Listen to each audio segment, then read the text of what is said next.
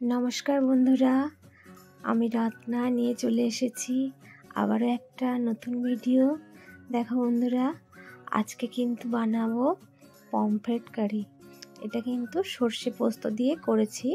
চলো তোমাদের সঙ্গে দেখাই আমি কিভাবে করেছি।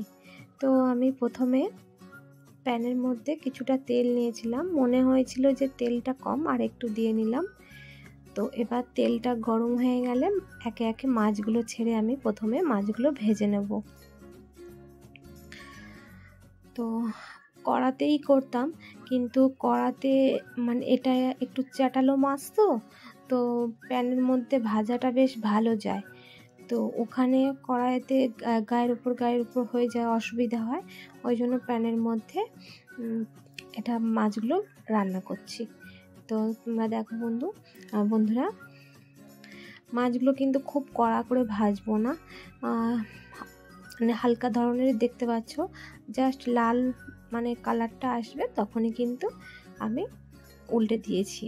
তো এইভাবে পুরো মাছটা আমি ভেজে নেব। তারপর দেখো, দুটো শুকনো লঙ্কা আর কালো জিরে ফোড়নে দিয়েছি। মাছ ভাজার তেলটা আমি একটু তুলে রেখেছি, বাকি তেলের মধ্যে আমি রান্নাটা করছি। এবারে আমি পিউরি করে রেখেছিলাম টমেটো, আমি একটা বড় সাইজের টমেটো পিউরি করে রেখেছিলাম। তো এবার টমেটোটা ভালো করে আমি তেলের মধ্যে দিয়ে ভালো করে ভেজে নেব, কাঁচা গন্ধ না হলে ছাড়ে। আর এই টমেটো মাছের ঝালে দিলে একটু ভালো করে না ভাজা হলে একটা মানে বুনো গন্ধ থাকে যে টমেটোর, সেটা কিন্তু থেকে যায়। তো দেখো, আমি তেল ছেড়ে দিলে আমি রান্নাটা করব। এবার দেখো, মোটামুটি আমার টমেটোটা ভাজা হয়ে গেছে। এবার হলুদ নুন দিয়ে মশলাটাকে কষবো। আর কার কার পমফ্রেট মাছ প্রিয় অবশ্যই কিন্তু জানাবে কমেন্টে। আর ভিডিওটা যদি ভালো লাগে তাহলে একটা লাইক অবশ্যই করবে।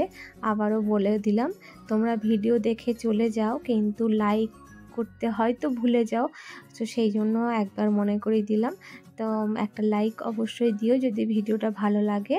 আর আমার চ্যানেলে যদি প্রথম দেখো তাহলে চ্যানেলটা সাবস্ক্রাইব করার অনুরোধ রইল। দেখো, আমার মশলা কষানো হয়ে গেছিলো, দিয়ে আমি পরিমাণ মতো জল দিয়ে দিয়েছি ঝোলটা করার জন্য। এবার ফোটার অপেক্ষা আমি থাকলাম। এবার ফুটে গেছে আমার ঝোলটা, মাছগুলো একে একে দিয়ে আমি রান্নাটা করব। দেখো, সম্পূর্ণ মাছ, যে কটা আমি মাছ রান্না করব সব কটা মাছ আমি ঝোলের মধ্যে দিয়ে দিচ্ছি। পমফ্রেটের অনেকভাবে রান্না করা যায়, তবে সর্ষে পোস্তটা বেশি ভালো লাগে বন্ধুরা। তো সেই জন্য আজকে সর্ষে পোস্ত করলাম। অন্য দিন যখন পমফ্রেট আনবো আবার অন্য রেসিপি দেখাবো। তো দেখো বন্ধুরা, মাছটা আমার ভালো করে ঝোলের সাথে ফুটে গেছে। এবার আমি সর্ষে পোস্ত বাটা দিয়ে দেবো। আর একটা জিনিস আমি অ্যাড করেছি, যেটা হচ্ছে মানে এই সর্ষে পোস্ত বলো আর যে কোনো মাছ দিয়েও এটা রান্না করা যায়, টক দই।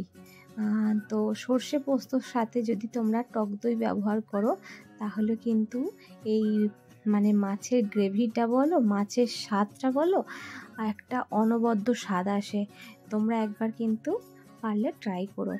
তো আমার কথাই বলছি না, একবার ট্রাই করে দেখো, তোমাদেরও নিশ্চয়ই ভালো লাগবে।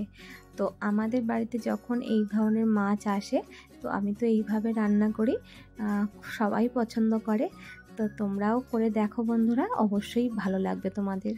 তো দেখো, আমার ঝোল ফুটে গেছে, মাছগুলো মানে বেশি হয়ে গেছিলো বলে তো আমি কিছু মাছ আগে থেকে তুলে নিয়েছি আর অল্প মাছ রেখেছি। আর আমার একদম তৈরি হয়ে গেছে গ্রেভিটাও। আর উপর থেকে ধনেপাতা কুচি আর একটু সর্ষের তেল কাঁচা দিয়ে নিলাম।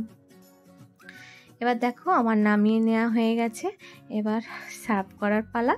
তো তোমাদের কেমন লাগলো ভিডিওটা অবশ্যই জানিও।